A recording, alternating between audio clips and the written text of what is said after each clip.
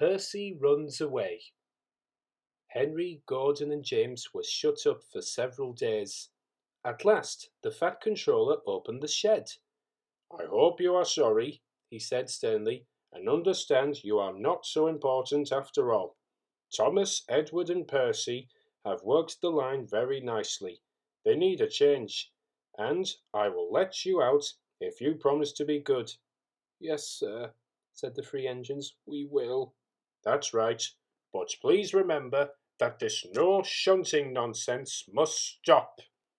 He told Edward, Thomas, and Percy that they could go and play on the branch line for a few days. They ran off happily and found Annie and Clarabel at the junction. The two coaches were so pleased to see Thomas again, and he took them for a run at once.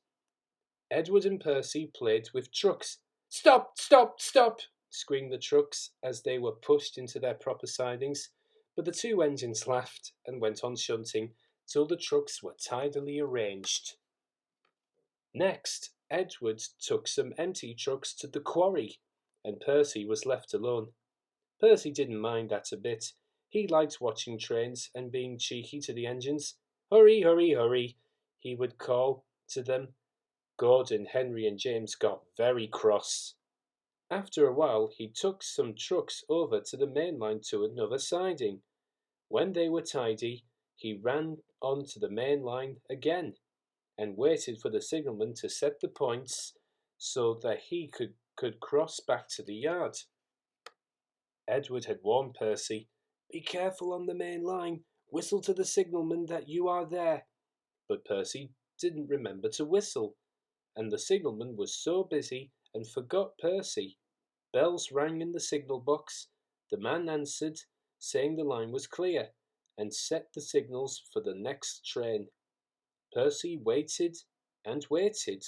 The points were still against him. He looked along the main line. He whistled in horror, for rushing straight towards him was Gordon with the express. Whistled Gordon. His driver shut off steam and applied the brakes. Percy's driver turned on full steam. "Back, Percy! Back!" he urged, but Percy's wheels wouldn't turn quickly. Gordon was coming so fast that it seemed he couldn't stop. With shut eyes, Percy waited for the crash. His driver and fireman jumped out. "Ooh, ah!" groaned Gordon. "Get out of my way!" Percy opened his eyes.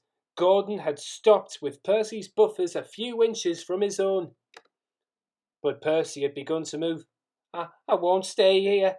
I'll run away," he puffed. He was soon clear of the station and running as fast as he could.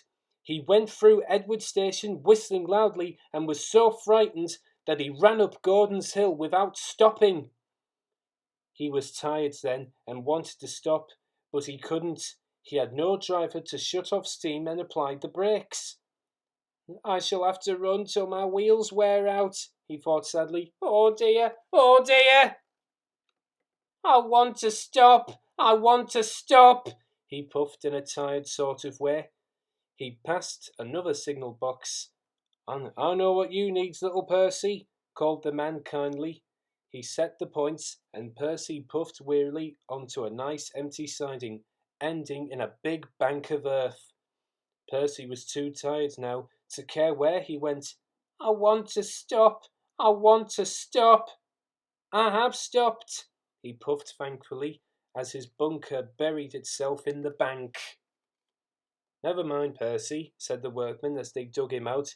"You shall have a drink and some coal, and then you'll feel better." Presently Gordon arrived. "Well done, Percy. You started so quickly that you stopped a nasty accident." "I'm sorry I was cheeky," said Percy. "You were clever to stop." Percy now works in the yard and finds coaches for the trains. He is still cheeky because he is that sort of engine, but he is always most careful when he goes on the main line.